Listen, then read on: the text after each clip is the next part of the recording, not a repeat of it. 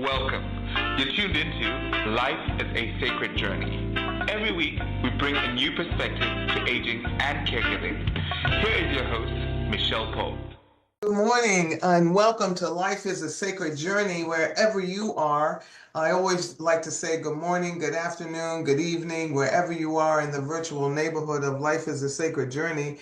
It is my honor and privilege to join you at 8 o'clock on Friday morning here, Pacific Coast time, and I'm not sure wherever you are, what time of day it is that you're joining us on Life is a Sacred Journey. I want to thank Felicia. I always have to thank Felicia, who is the sort of behind the bookcase person that makes sure that we remain relevant as well as just walks with me. Thank you, Felicia. I send you a big hug for all of your support and love throughout these years. It has meant a great deal to me. So thank you so much. So I want to delve in and sorry, I can't believe I'm having allergies in the middle of the winter, but I am. I am. I want to first of all thank Nancy Redding, who sent me a beautiful card. She is very aware of some changes that are happening for me here in my life. And next week, I will be speaking more specifically about those things. Right now, we have a guest that I want to bring in because Phyllis Leavitt, she's a psychotherapist, but she really moved into helping people because of this idea that we have trauma in our lives that is unhealed and not, it just keeps coming back. I hope you see that little piece of alfalfa hair that I got sticking up. I think it's awfully cute. I tried to get rid of it earlier today. I almost cut it, but I thought, leave it. It might be an antenna to something.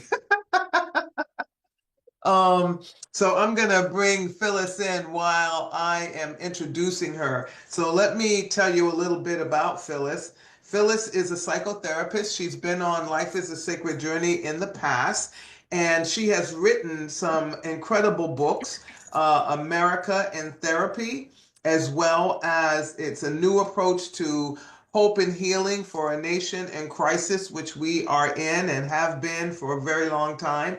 She's also written a book called A Light in the Darkness and Into the Fire. Beautiful, beautiful book. I have finally finished it after her first visit with us, and I really recommend that book to you. On her website, she has a beautiful picture of she and her husband, and they are so madly in love that it just pops out of the screen. But I want to tell you, first of all, that Phyllis has a master's degree in psychology and counseling that she received. She was in private practice for about 30 years, which is amazing, working extensively with abuse and dysfunctional families. We all experience dysfunction in our families. Sometimes we don't even know that the dysfunction is there until we start feeling stuff or having behaviors that manifest, and we go, wait a minute, where is this all coming from? And that she really felt like in the beginning, I love this statement, I'm going to read it because I want you to know more about my friend Phyllis. Phyllis said, when I became a psychotherapist, I never imagined I would one day be entering a political arena. But the more I worked with widespread family dysfunction and its horrifying legacy of pain and violence, the more I realized that the greatest threat to our survival as a country, and I dare say humanity, she says, and as a species, is our declining mental health. And so, Phyllis, it's so good to see you again. I'm really happy that you're here. Oh my gosh. Oh, I'm so happy to see you. You're one of my favorite people. And you are one of mine as well. So it's just so good to see you. I'm really thankful that you're here this morning. I have been in major discussion over the last 2 weeks, quite frankly, with people that, not this is not a political conversation, but that people who are unhappy at this moment, they expected a different result. in our recent election. And again, friends, this is not about who was right and who was wrong. It's about how people are manifesting and coming out of this time in our lives. And what I have found is that the unsolved, unspoken to, unresolved grief of the past is just bubbling up, and this is just becoming another layer on the iceberg. And so I did tell people last week, I was just like, get away from your screens. Spend some time in nature, be compassionate to yourselves, love yourself the way that you possibly, because I know a lot of people out there do, like you and I, we give to the rest of the world, but sometimes we don't give to ourselves. And so I'm so happy that you're here, and your book America in Therapy, which I have not read yet. I have it, but I haven't read it yet. I want you to tell us about that, but I also want to speak to how when things happen in the greater world, whether it's the war in Ukraine or an election, there's always going to be somebody that feels like they lost or that they're grieving. And then it's on top of all of these layers, economy, all this other stuff. So would you speak to that and the reality of it, and that it is a human condition, I guess? I don't know. Well, I mean, there's so many things to say, but let me start by saying that we've been living probably since the beginning of humanity, I don't know, in a win-lose paradigm. Somebody conquers, somebody is conquered, somebody has the power, somebody's forced to submit, somebody takes, somebody is taken from. We've been living in this win-lose, conquest over, power over paradigm, I think, from the beginning. And I think that psychologically, what we're realizing now is that at this tipping point in human evolution, that we can't go on that way. We really need a win-win. Because when people, first of all, we have the weapons to so-called win with today that could destroy all of life as we know it, or most of life as we know it, and certainly could destroy human life as we know it, and destroy our ability to get what we need from Mother Earth to sustain life as we know it. So I think we're at this very enormous tipping point in human evolution that I'm not sure everybody's aware of, because we've become so invested in the win-win. And I think most of us grew up in that paradigm that you're supposed to win and you do everything you can to win. And I think we're just starting to realize in the world of psychology that the ways that we overpower each other, the ways that we take from one another, whether it's emotionally and mentally or physically or sexually or in terms of resources or righteousness, however we lord it over one another, our victims become highly symptomatic. And that affects all of us when we and so my training as someone who worked so much in family systems, and that's really, I think, where modern day psychology is focused. How do we interact with each other, and what's the effect of our behavior on one another? In a healthy family, relatively, given that none of us are perfect, we all bring some baggage to our human relations for Yeah. sure. But in a relatively healthy family, we are committed to nonviolence. Nobody says a healthy family beats each other up or slams doors in their faces or locks them out of the house or sexually assaults them. We know these things, and we don't want any of that in our own homes and in our own personal life with the people that we work with or interact with. And yet we condone these things worldwide. We condone them here in America, we condone them around the world. And I think we don't understand that our victims become highly symptomatic. They become depressed, they become anxious, they often feel very helpless because they've been so overpowered. They've lost any belief that they have any efficacy in the world to advocate or protect themselves. And often they become highly aggressive and like the people who hurt them.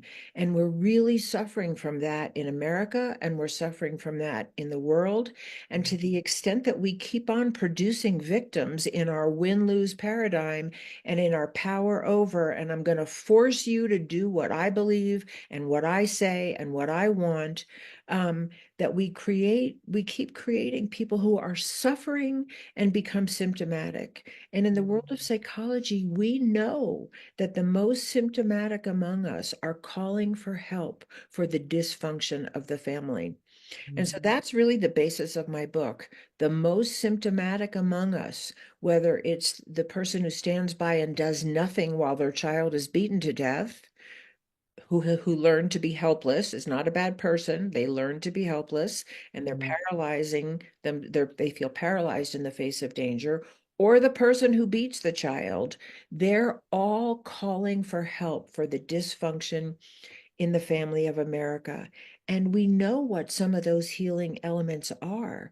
And that's really the reason why I wrote the book, both to sort of diagnose how we got here or help explain how we got here, how these symptoms of dysfunction and abuse mushroom out and ripple out and proliferate themselves, and what are the healing principles. Um, Mm. and they're all based in what we consider, I think most of us consider, healthy family relationships, Yeah. which is love, caring, sharing, cooperation, not only tolerance of diversity, but celebration of diversity. And the big one, there's two more I really want to say, but there's other ones, but these are some of the big ones. Mm. A sense that you're wanted, that you belong, and that you're safe. And what makes us safe, among other things, and it's not the only thing, but it's one of the biggest things, is a commitment to nonviolence. Yeah. So when we disagree, when there's conflict, which we will have because humans never always agree, and that's actually part of what's good about being human, because none of us has the whole answer. So we need lots of perspectives. But a lot of people have been taught to be intolerant of different perspectives, and they Yeah. want to win the argument, they want to win the fight, and they want to win the war. And I think we have to know that there's no war we can win today. There is no war we can No. win. No, yeah. And when you see a little child, I have a granddaughter. I'm not sure if she was born yet when you and I first met, but I think so because she's be a year and a half in December. And she has, nothing but love, surrounded by love, two grandmothers that take care of her, not going to any, just love. Right. And yesterday, she loves garbage trucks. She loves to see the garbage truck pick the thing up and dump it. Right. She Right. loves that. But it made a sound yesterday that she was not familiar with. And all she did was reach her hand back to grab mine. Yeah. And what you're saying is it resonates with that moment in my time with her on yesterday, was that she didn't even look for me. She didn't look around. She didn't do anything. She knew I was there, That's right. and she knew that she could depend on me. So that hand went back. I held her hand and I said, "It's all right." I said, "I think he just dropped something." And when she was ready to release, she released and continued to look out of the window. And that to me is an example of what you're talking about, that when we give love unconditionally, when even when I say no to her, it's not no in a rough way. And then she actually, I do this, and then she now she does that to me. But it's Right. yeah, she does. She's like, "No, Nene." But it is also the way that we are communicating. Her father and mother made it possible for her to learn some sign language because she still doesn't have a whole lot of verbal language. And so that helps her too to feel like she can express her feelings. She can say thank you. She can say more, so that she's not frustrated that nobody around her understands her needs. And that is what you're saying. It's like I learned the platinum rule in a course of study that I'm taking called Cultivating a Culture of Renewal. Rebecca Simon Peter is the author, and she taught us the platinum rule, not the golden rule. And that was a mind shift for me, because the golden rule says, "Do unto others as you would have done unto you." Well, that's still very self-focused, self Hmm. building, whereas the platinum rule says, "Give people what they need." Hmm. And you're saying that in a different way, but the same kind of thing is that I may not want what you want, but if you get to know me and have a conversation with me and give me what I need, and I can feel safe with you and honored, it's a whole different relationship, isn't it? Absolutely. And you could maybe combine the golden and the silver together Maybe together, yeah. and get some other color. But yes, and I love the story that you told about your granddaughter, because it really exemplifies one of the basic premises of what I talk about in so many different, variables in my book. But one of the basic premises is, and I think we really, really need to know this, for ourselves, for our communities, for our country, and for the world, and that is, there's only one thing that makes us safe. It's not weapons, it's not money, it's not defenses, it's safe people. That's Oh, what makes us safe. So, and that's what the whole world of psychology is about. How do we become safe for ourselves? How do we not act out or act in on ourselves? How do we take those principles of care, and bring them to all of our relationships? And one of the things that you talked about when you said, sometimes you say no because you have to say no sometimes, and we mhm, all have to say no sometimes. mhm. But it can be done with love. Yeah. It doesn't have to be abusive. It doesn't have to be harsh. It doesn't have to be aggressive. It can be a firm boundary. And boundaries are also important to our mental health. People who have no boundaries tend to, be dysfunctional either toward themselves or others or both. So all of that is part of love. All of it is part of love. And I think we just really need to define what that is, because a lot of people have the association that love is a weakness. Love is Yeah. going to make you weak. Love is a sort of a cowardice kind of position to take, which is absolutely not true. Not true at all. Love actually is one of the hardest things to keep manifesting, especially when you're triggered, when you're angry, when you're hurt, when you're scared. Um, so, so, I take those principles of psychology and I look at the country through that, as well as ourselves, because our country is only as safe as the people in it. Boom. And that's so evident, as you walk the streets or you're around. I'm a people watcher. You know that about me, and I love people. So I love watching them and seeing them navigate spaces, and as I'm navigating some of the same spaces myself. And I see people that the energy, you can just see it, that their energy is just so like yeah, and even when they're walking, it's like you can tell that it's sort of like, if anybody gets in my way, or driving, if anybody does something wrong, it's this energy that is so, it's massive though. And then it's massive, and it sucks the life out of everything around it. It sucks this ability that you're talking about to love in its pureness. Love in its pureness has no conditions to it. Yeah, and it may be an advocate for health. It may Right. be an advocate, like, when you love your granddaughter, if she's walking up to the stove and you think she's going to burn herself, you make a boundary because you love her, not because she's a bad girl. You Right. know, and I Right.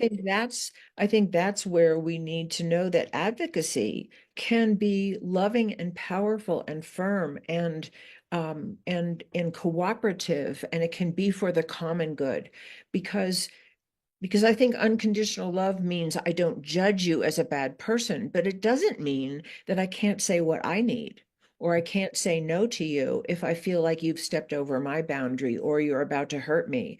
Right. And so I think, so the bottom line, and I have a whole chapter on this in my book, It's about repairing relationships, but it's really about the principles of how you be in a relationship that minimizes the need for repair. And that Mhm. is that we really focus on our own responsibility in relationship. Part of Mhm. that win-lose paradigm that we were talking about earlier is all about blaming others. You did this, you did that, therefore I have a right to take from you. I have a right to see you as inferior. I have a right to wage war on you. I have a right to punish you. I have a right to hate you, Mhm. whatever. It's all that win-lose paradigm is all about blame. And I Mhm. think most of us know in our personal lives that when we're the object of a lot of blame and retaliation, it doesn't make us better people. It doesn't make us better able to get along, or it doesn't inspire us to give other people what they're asking for. It No. inspires our defenses. When Yes. we feel attacked, we defend. This is the unconscious pattern of human behavior: attack, defend. Then the person who feels like they have to defend generally either attacks back or capitulates and just gives their power over because they feel like there's no hope for them to have a voice or to get what they need. And these are highly destructive dynamics in human behavior. And anybody who's been the recipient of that, and most of us have been in some way at some point in our lives, we know it feels awful. Yes. So, the bottom line for healing human relations and navigating conflict when it arises and helping minimize it when it's there or even avoid it is to just focus on our own responsibility in a conflict. Who am I being? How am I behaving? Am I open to any other point of view? Does my past conditioning set me up to be highly reactive or highly submissive or fearful? Does my past conditioning have me act out what already happened to me on other people? And again, no blame. This is sort of how we're wired. People, Yeah. right? Yeah, we're totally wired that way. I mean, I'm going to tell, I have to say, I was in a situation about 3 weeks ago, 4 weeks ago now, 3 weeks ago, and the conversation was going downhill, going downhill. But I take total responsibility because I allowed myself in that situation to never say something that has been brewing in me for a long time. I mean, a really long time. And finally, the button was hit, and it was like blah blah blah blah blah blah blah. And I, before I knew it, all of it was out. Well, I still feel what I said, but it was the manner in which Exactly. it came out that I regret. But it is interesting that even I, who have done a lot of work, um, therapy, all of that, find myself in those situations sometimes. And it was because of the very thing that you say. It was a power dynamic between myself and the other persons, because it was more than one person. And they had the power. And because they have had the power and I have given them the power, I Exactly. have to be honest. I have Exactly. given them the power. The minute that I felt like that was being abused, un- unknowingly, even to them, that I had given them the power. But the fact that I had given it to them and they abused it is Yeah. what made me angry, not what they were saying. Does that make Mhm. sense? Totally, totally. And I think those power dynamics actually infuse most relationships without actually being addressed or even conscious. You know, Yes. we kind of tend to play out the role that we learned as children. If you learn to be submissive, you tend to be submissive later in life. If you learn to be aggressive to get your way, you tend to be aggressive. If you learn to be passive aggressive, you learn that. If you learn to be avoidant, we act these things out. And sometimes we act out all those different things with different people in different relationships, right? Um, the point is not that we're bad or wrong. The point is, do I actually have a choice?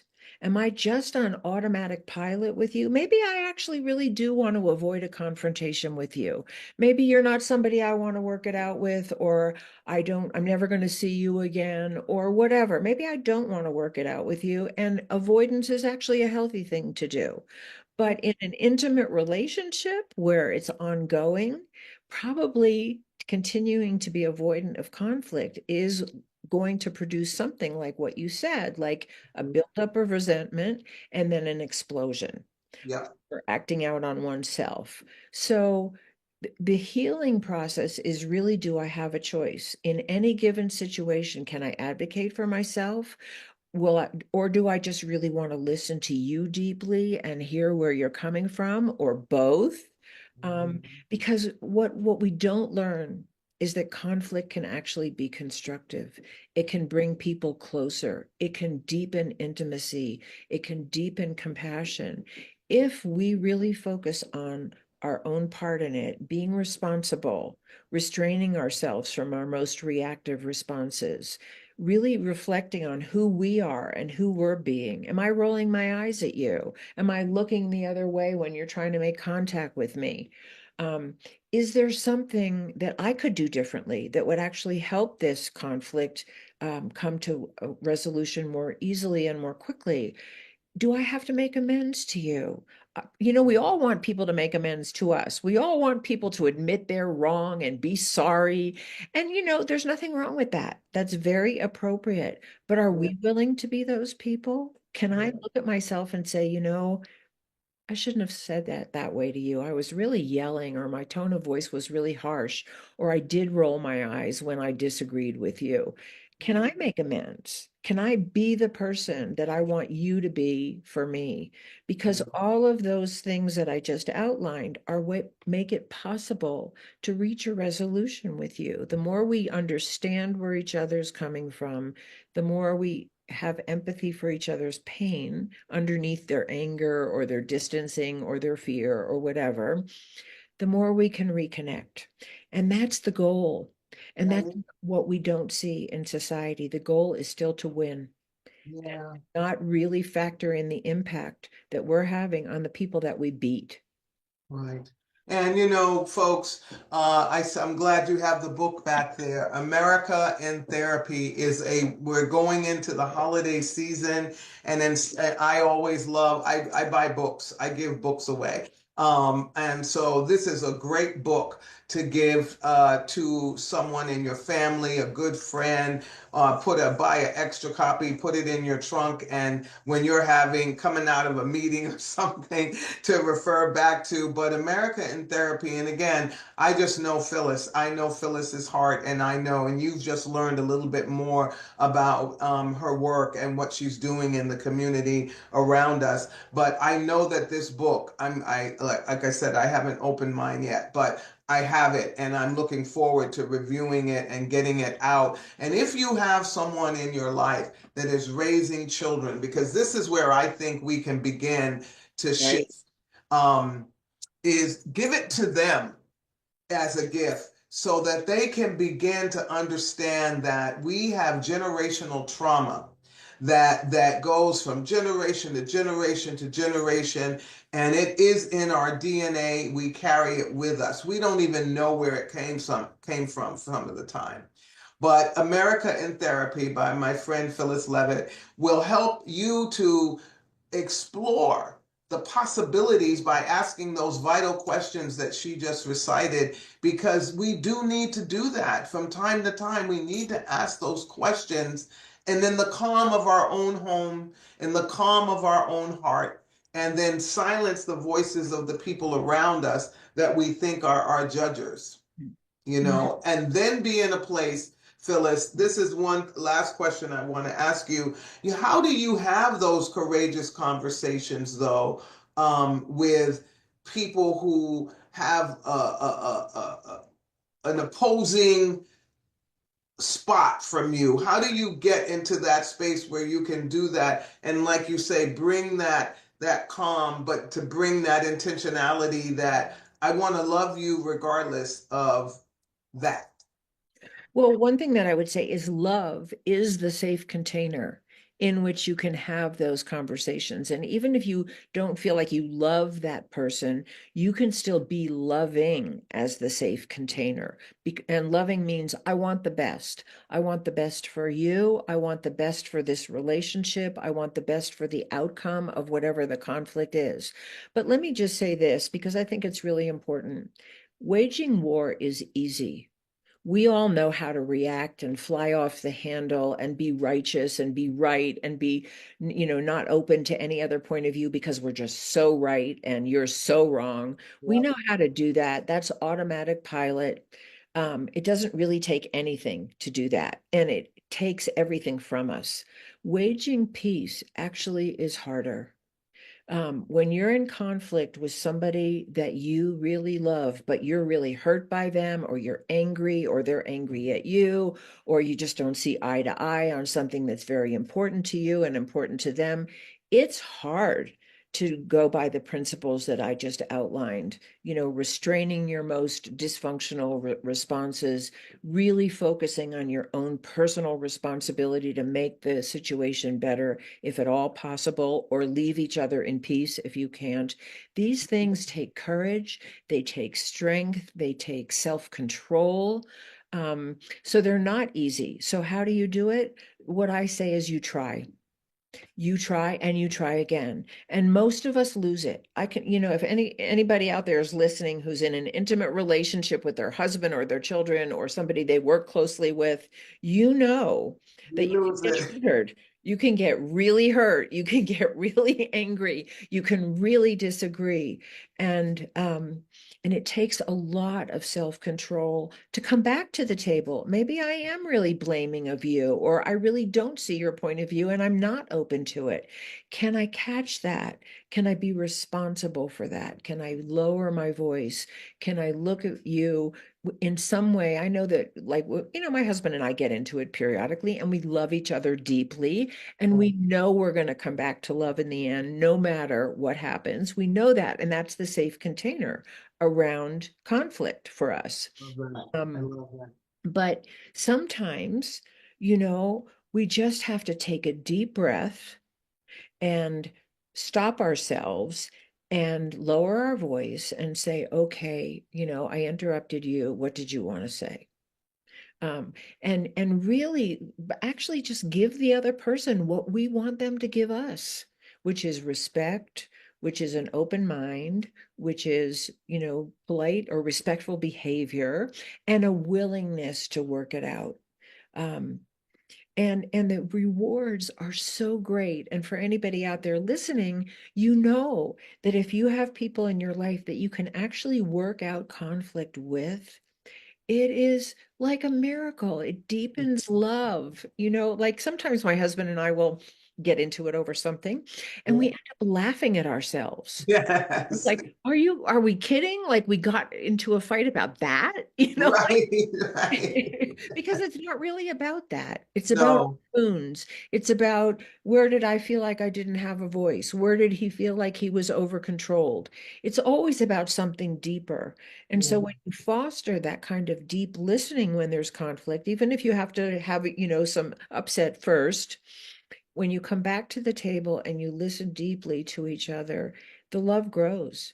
And that's what I wish for our country. That's what I wish for humanity. That's what I wish for the world. Instead of this investment in, I'm going to silence you, I'm going to beat you, I'm going to shame you, I'm going to jail you, I'm going to shoot on you, I'm going to, convince the world that you're just a bad, evil person, and then it doesn't matter what I do, because that's actually what abusers do. That's That's right. what abusers do in individual families. They feel totally entitled to act out on people with no remorse for the consequences to them. And first of all, that just causes enormous suffering. And that by itself, I would hope, could be a motivation for change, but it also perpetuates violence. Yep. Yep. Oh my gosh. Phyllis Leavitt, the author of America in Therapy. Get the book. Share this podcast with your friends and neighbors and people that you know. This conversation has been so inspiring to me, because we do need to get in a place.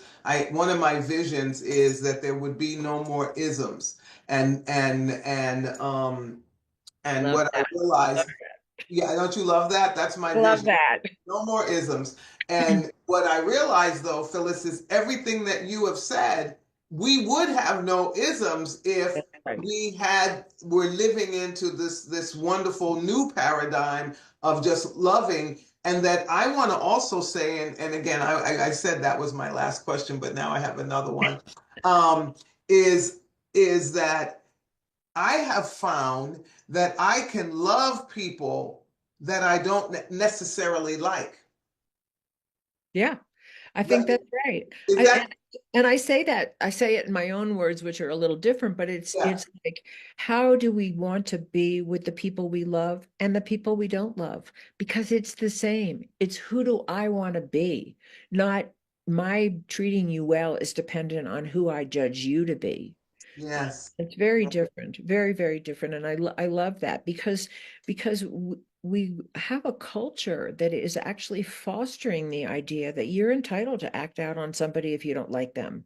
Absolutely. Absolutely. Regardless of their role, even in your life. I just think that's amazing.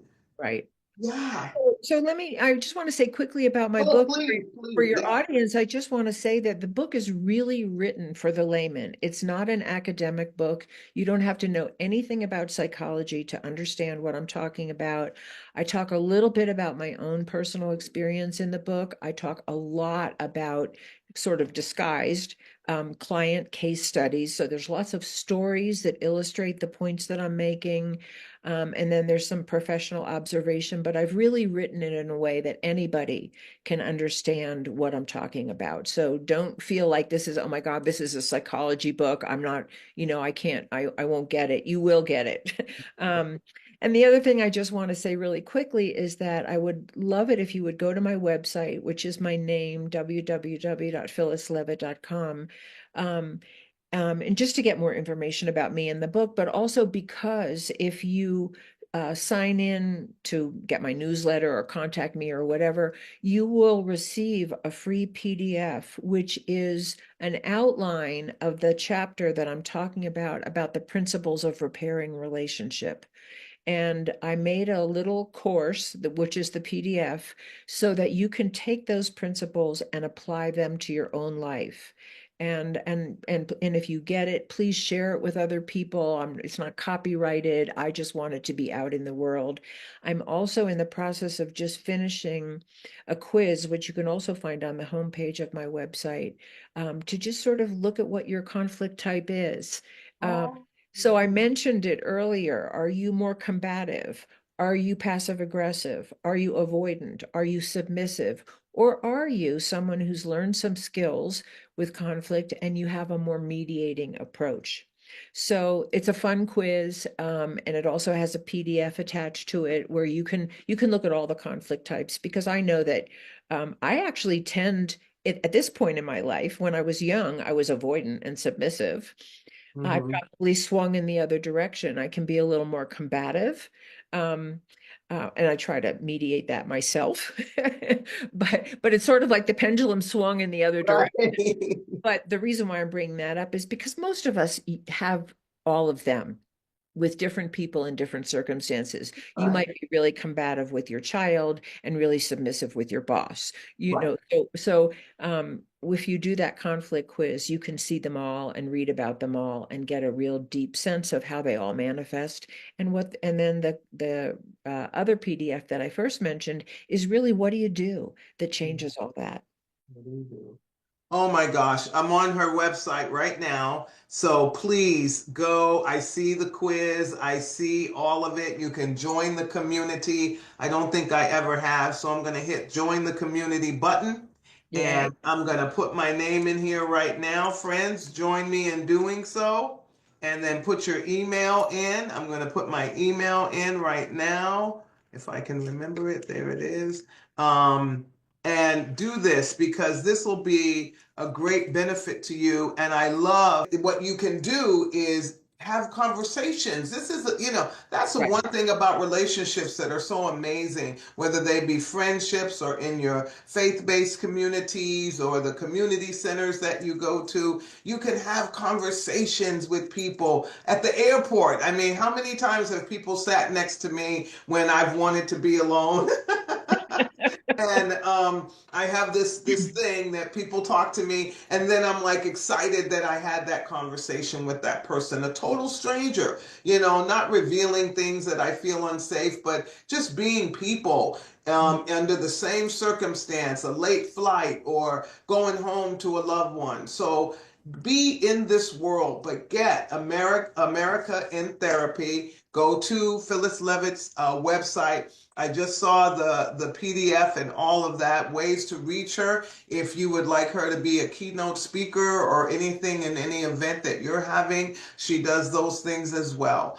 I'm just really honored, Phyllis, that you are a friend of Life is a Sacred Journey, and more importantly, that I consider you my friend, even though we've never met, because we are on the same journey. We're on this same journey trying to figure this stuff out and to have a quality of life that enhances the world and then give to others. So, I mean, you and I meet on that yellow brick road. And so I am just so honored that you came back this morning, and everything that you said, I'm sure, I haven't been looking at the comments this morning. I've been listening to you.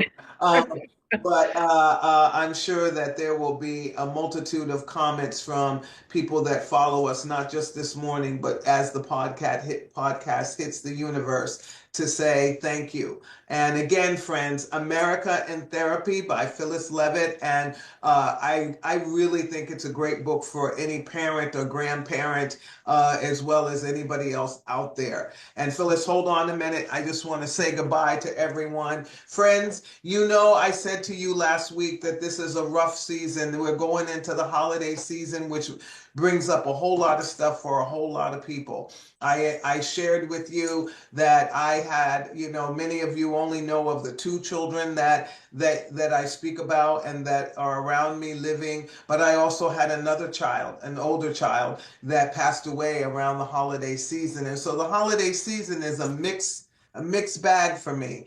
But I love it. And I enjoy it. But I also remember something that I've lost. And many of you are out there remembering losses right at this moment going into the holiday season. So I think America in Therapy will help you going to the website to do some of those conversational things, pulling the PDF. But more importantly, all of that, it's always putting it all together. It's a formula. Be compassionate with yourself. Mm-hmm. Love yourself. Be compassionate with yourself. Don't be afraid to look in the mirror and say, whoa, I look good today. Or, you know what? Ooh, I need a little bit more lipstick. Or, ooh, wait a minute. That red is making me pop. Give yourself those compliments. Love yourself, because if you're depending on someone else to do it, yeah, that's great and that's wonderful. But most of your time you spend by yourself. And so you've got to be compassionate with yourself. And you know what? We'll get through this because we have people like Phyllis out there that are helping us to learn and to ask those incredible questions. It's not about being right and it's not about being wrong, as Phyllis said. It's not about trying to convince somebody that you matter. You matter because you are a breathing, walking, living human being.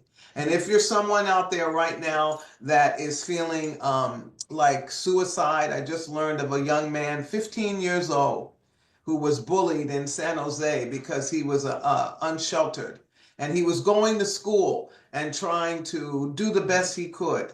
And children bullied him to the point that he committed suicide. That's why America in Therapy is a book for parents, because those other children did not understand what they were doing to this human being just because they had the honor of living in a home and having nice and fancy clothes. And they victimized this child to the point that he took his life. 15. So, friends, America has to be in therapy in order for those things to stop happening. They're happening too much. But if you're a young person out there and somebody is bullying you up against the wall and you don't know what to do, call the 988 hotline. It's the suicide mental health prevention hotline. There will be somebody on the other line. They can't come and make those bullies disappear, but what they can do is give you a little bit of hope and help you to live a minute, a second, a day, an hour, a month, a year longer. That bullying will stop one day, and you have to live long enough for it to happen. And to his father, who I listened to on YouTube, and I'm actually going to get him on here so he can talk about bullying. But I want you to understand, Dad, you are loved, and we as a community, Phyllis and I and other people in the world, we send you our love for the loss of your son in such a tragic, tragic way. 988, there's somebody on the other line waiting to talk to you and guide you through. So folks, get out there in the sun today. It's cold here in California, Northern California. It was 42 degrees, Phyllis. I moved from New York to California, and I don't know what happened. But go out and get in the sun, even if it's raining.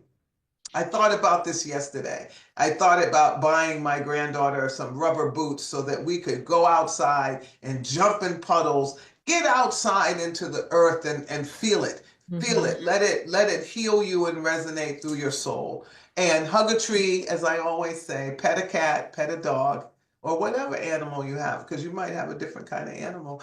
But more importantly, wrap your arms around yourself and hug yourself. I want to thank you, Phyllis Leavitt, for coming to Life is a Sacred Journey. And I want to thank all of you for taking time out of your Friday morning for just coming and learning new things and being a part of this incredible community. Don't forget to hit the share button. Don't forget to tell somebody. Don't forget to write in the comments, all that good stuff. And have a wonderful day. Be good to yourself. Be good to yourself. Peace.